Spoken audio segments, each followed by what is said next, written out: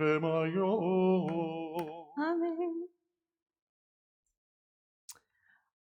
With 4 children schooling from home this past spring, people would often ask me how things are going at our house. I'd smile and reply, it's one part Little House on the Prairie, one part Lord of the Flies. When I say Little House on the Prairie, I usually need to elaborate. Laura Ingalls Wilder's books profile a family who lived together on an isolated homestead through hard Scrabble times with a sense of love and hope in their core. I share how, in our own house, although it was just feet away from our neighbors, it became a kind of an outpost with our kids as each other's only playmates. And somehow, over the months, they developed the kind of sibling relationship I once imagined belonged only to a bygone era. They relied on each other. They sought each other out. They helped each other. And then something else happened that I never could have imagined before. They got bored with their screens. My previously helicoptered kids voluntarily went outside. They climbed trees, skinned knees, and rode together all around the neighborhood with confidence, while I looked on with pastoral pride. So that's the Little House on the Prairie part. Lord of the Flies needs no explanation. Everyone knows what I mean. You don't even have to have read William Golding's classic novel to know that he vividly captures the dark undertone of a human soul, detailing what reviews describe as a descent into savagery.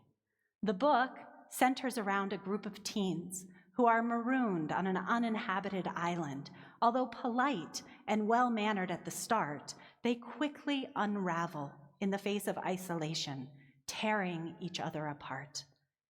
If there's anything that parenting through the pandemic has taught me, Golding was right about the darkness that lurks just under the surface of our civility. And Golding was deeply wrong. I can suspect that most of us can affirm the ways in which he was right. The raw emotions of fear and frustration many of us have experienced this year have us walking around today with a bit sharper edges, a bit shorter fuse. There's a pervasive sense of destabilization and inescapable loss.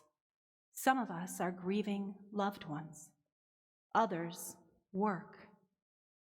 Others, a faraway loved one's touch, a simple hug from a friend. Nearly all of us are grieving a world of just 7 months ago, a world we want back and don't have back.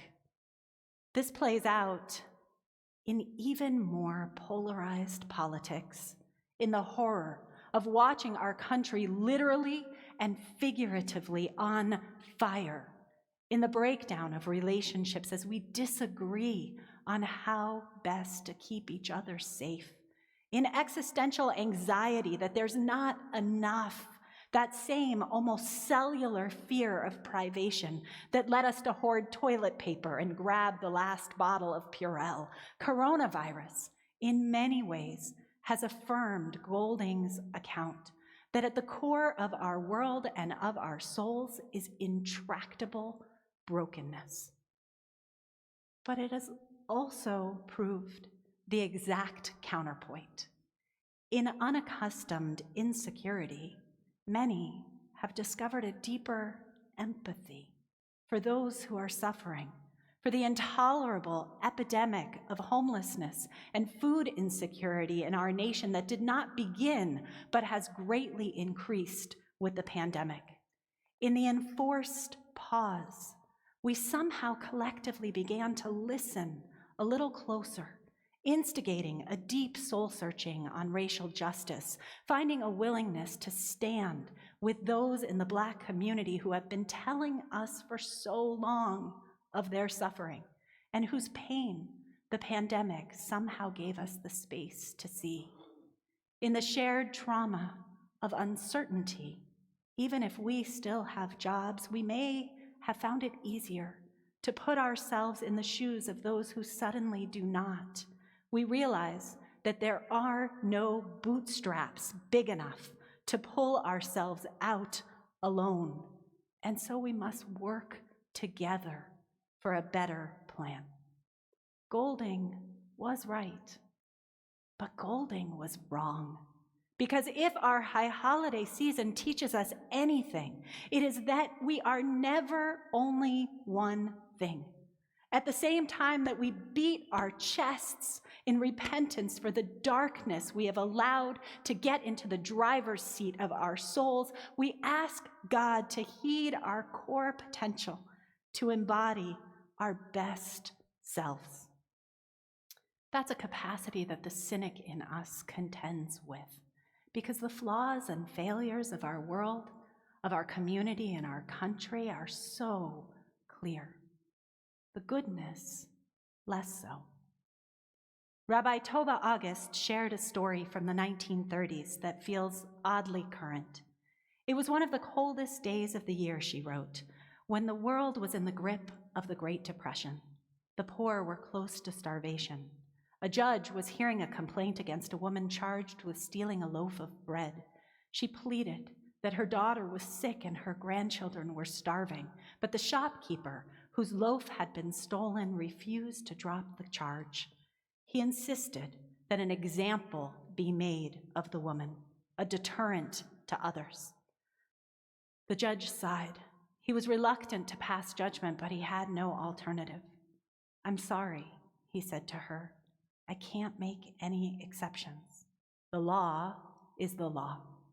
I sentence you to a fine, and if you can't pay it, I must send you to jail." The woman was heartbroken.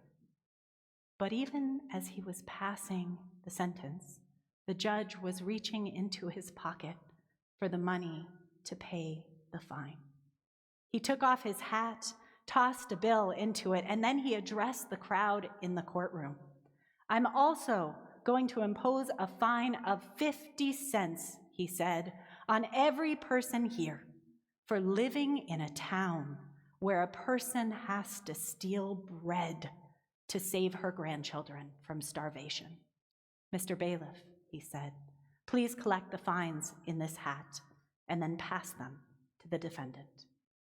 And so it was that the accused went home with $47.50, enough at that time, 50 cents of which had been paid by the shame-faced grocery store shopkeeper who had brought the charge. It's been a long time since 1930, and so much has changed. But so much of this story still rings true. We still too often ignore the suffering of those who live in our town, in our state, in our country, in our world. We still have the steel in our soul that keeps our fists tightly wound around what is good for us only. But we also still have the grace. Here we are on Rosh Hashanah, and each of us carries with us our fear, our failures, our flaws, and our potential. Today, we can look at our world and at ourselves and see Lord of the Flies. God knows there's much to support that view. Or we can see, just beneath the pain, a core kindness that can still shine through. That is what one man, historian Rutger Bregman, chose to do. He had grown up with the Golding idea that we as humans are inherently selfish beings. He reflects, Golding had a masterful ability to portray the darkest depths of mankind. In hindsight, the secret to the book's success is clear. Golding had the zeitgeist of the 1960s on his side when a whole new generation was questioning their parents about the atrocities of the Second World War. Had Auschwitz been an anomaly, they wanted to know? Or is there a Nazi hiding in each of us? I began to wonder, Bregman continued, Had anyone ever studied what real children would do if they found themselves alone on a deserted island? One day, he found his answer. It turns out, true story, that in 1965, as he writes, 6 boys set out from Tonga on a fishing trip. Caught in a huge storm, the boys were shipwrecked on a deserted island. What did they do, this little tribe? They made a pact never to quarrel. Bregman discovered that shipwrecked together for 15 months, the real boys didn't turn on each other, the opposite. They formed a society of support that sustained each other. The ship captain who found and rescued them wrote this in his log: "The island is considered uninhabitable, but by the time we arrived, the boys had set up a small commune with food and hollowed out tree trunks to store rainwater, a gymnasium, a badminton court, chicken pens, and a permanent fire, all from handiwork, an old knife blade, and much determination." Of course, there were arguments, but when the teenage boys got frustrated with each other, they took a walk to cool down. The group insisted that any argument end after 4 hours with an apology. They began each day with songs and prayers. When one boy broke his leg, they worked together to splint it, and one of the boys even said, "Don't worry, we'll do your work for you while you lay here like the king himself." And that's what they did until the break fully healed. What's more, when they returned home, the captain who had rescued them had an audience with that very king. He asked for a boat to start a fishing business, and all the boys signed on together as crew, remaining lifelong friends. It's a remarkable story, all the more so because of the contrast with Golding's vision. While the boys in Lord of the Flies come to blows over fire, Bregman concluded, those in this real-life version tended their flame so it never went out. An amazing story, a true story. But do you know, at the time the boys were rescued back in 1966, all the way until Bregman dug their story out of a dusty collection of old news, it barely made a ripple. It turns out that the story of our world as cold and cruel and capricious lands, the story of basic human decency, of kindness and compassion, not so much. What do we do with that? Bregman spends the rest of his 400-page book, Humankind, arguing that the core survival skill that every single one of us needs today is cultivating a sense of our world and those we share it with as capable of kindness. It's an approach Ruth Bader Ginsburg, who passed away yesterday, took. The first Jewish woman to serve on the Supreme Court. She is famous not only for her dissent, but for her warm friendship with conservative Justice Antonin Scalia. She said of her colleagues on the court, "Despite our strong disagreements on cardinal issues, we genuinely respect each other and even enjoy one another's company. Collegiality is crucial to the success of our mission."